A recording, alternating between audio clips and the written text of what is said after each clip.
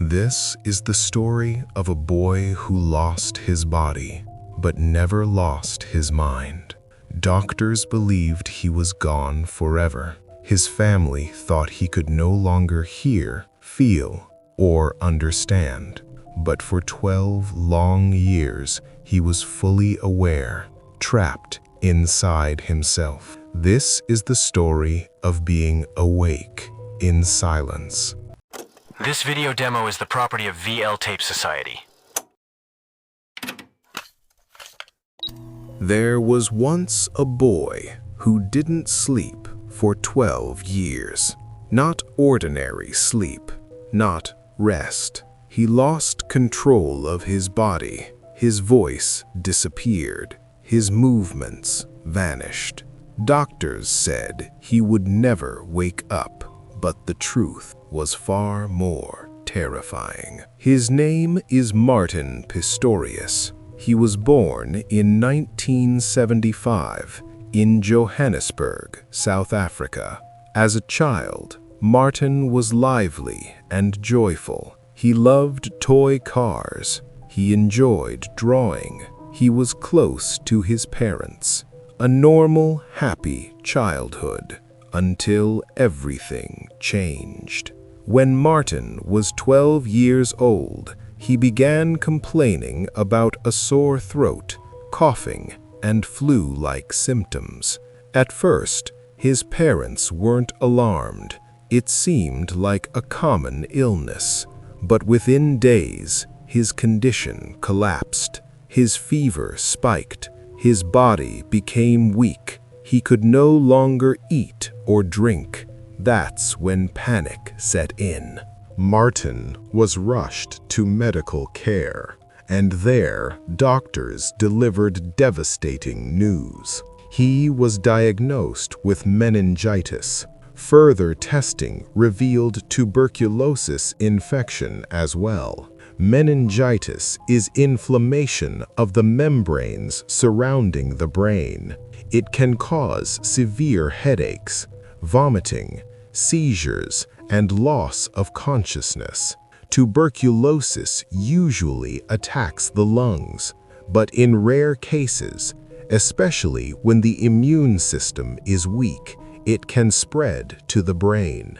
And when it does, the damage can be catastrophic. In Martin's case, the infection attacked his brainstem. This area is crucial. It carries movement signals from the brain to the rest of the body. Once damaged, the brain can still think, but the body cannot respond. This condition is known as locked-in syndrome. At first, Martin's family believed recovery was possible. They hoped aggressive treatment would save him, but month by month, his abilities disappeared. First, he lost his speech. Then, he could no longer walk. Eventually, he couldn't move even a finger. In the end, he was completely paralyzed. There was one moment that haunted Martin deeply. One day, overwhelmed by exhaustion and despair, his mother leaned close and whispered words she believed he could not hear. She said she wished he would pass away so his suffering could finally end. She didn't say it out of cruelty. She said it out of love and helplessness. But Martin heard every word, and he could not respond. He could not tell her, "I'm still here." Later in life, Martin said he forgave his mother because he understood her pain. Even though his body looked lifeless, his thoughts never stopped. Locked-in syndrome is one of the most misunderstood conditions in medicine. Patients are fully conscious. They can think clearly. They can remember. They can feel emotions. But their bodies are completely unresponsive. Usually, only eye movements remain. To families, it often looks like a long coma. but inside, the person is awake, trapped. For 12 years, Martin lay in bed like a living statue. People spoke around him as if he wasn't there. They discussed his condition openly. They talked about his future, or lack of one, and he heard everything. Later, Martin described it like watching life through thick glass. He could see, he could hear, but he could never participate. That was his reality for 12 years. Then something changed.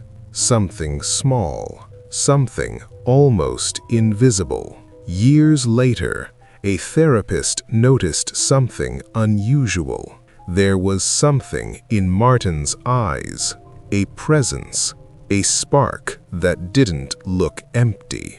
Doctors finally spoke the words no parent ever wants to hear. They told his parents to prepare themselves. Martin would never return to the way he was. Despite the heartbreak, his parents refused to give up. They cared for him tirelessly, day and night, bathing him, feeding him through tubes. Sometimes he stayed at home. Other times his condition required long stays in rehabilitation centers and medical facilities. Without this constant care, Martin would not have survived. Physically, he appeared empty, but inside, his mind was still alive, and that made everything harder. At first, others dismissed it. Eye movements are often seen as reflexes, automatic responses to light or dust. And during the 1980s and 1990s, medical technology for detecting consciousness was extremely limited. MRI scans weren't accessible for patients like Martin. EEG testing was also very restricted. Locked-in syndrome, coma, and vegetative state can appear almost identical from the outside. So for years, Martin's eye movements were ignored until someone finally looked closer. The therapist suspected a pattern. She decided to test it. She spoke directly to Martin. "If the answer is yes," she said, "blink once. If the answer is no, blink twice." At first, she doubted herself, but she repeated the test again and again. Different questions, same results. The pattern was consistent. Martin was conscious. Medical staff were stunned. For years, they believed he was in a vegetative state, a condition where the body appears awake, but consciousness is gone. Eyes may open, reflex movements may occur, but there is no awareness, no communication, no self-recognition. Martin was not vegetative. He had been locked in, aware the entire time. Once doctors realized Martin was fully conscious, everything changed. For the first time in 12 years, they understood that Martin had never disappeared. He had been waiting. To help him communicate, medical staff introduced a special computer system equipped with an eye-tracking sensor. The concept was simple but life-changing. Martin only had to focus his gaze on a letter on the screen. The sensor detected his eye movement. The computer then selected that letter. At first, it was painfully slow. One letter could take minutes, sometimes longer. Months of practice followed. Slowly, Martin learned to form words, then sentences, And after 12 years of silence, he finally spoke again, not with his voice, but with his eyes. His first message was short, but it carried the weight of a lifetime. I am still here. Those 4 words marked the beginning of a new chapter, not only for Martin and his family, but also for the medical community. His case became a powerful reminder of how easily consciousness can be overlooked.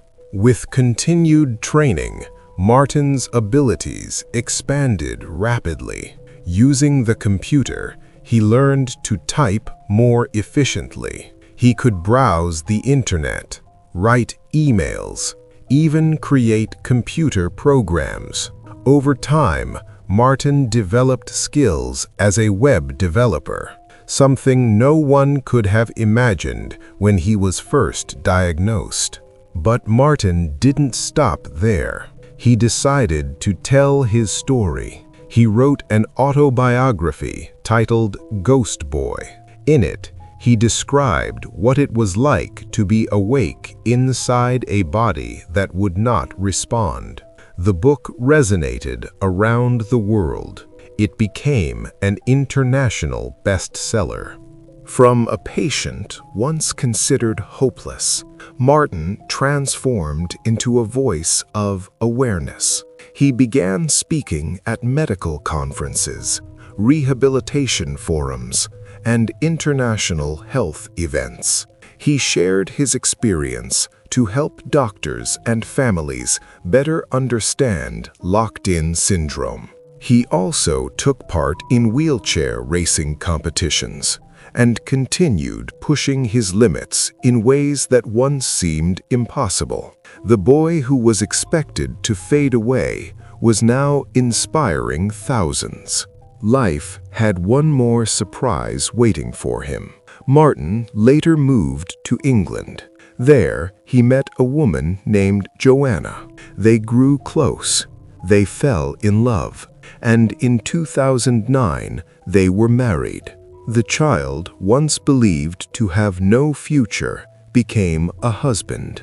Years later, Martin became a father. His life was no longer defined by survival, but by connection.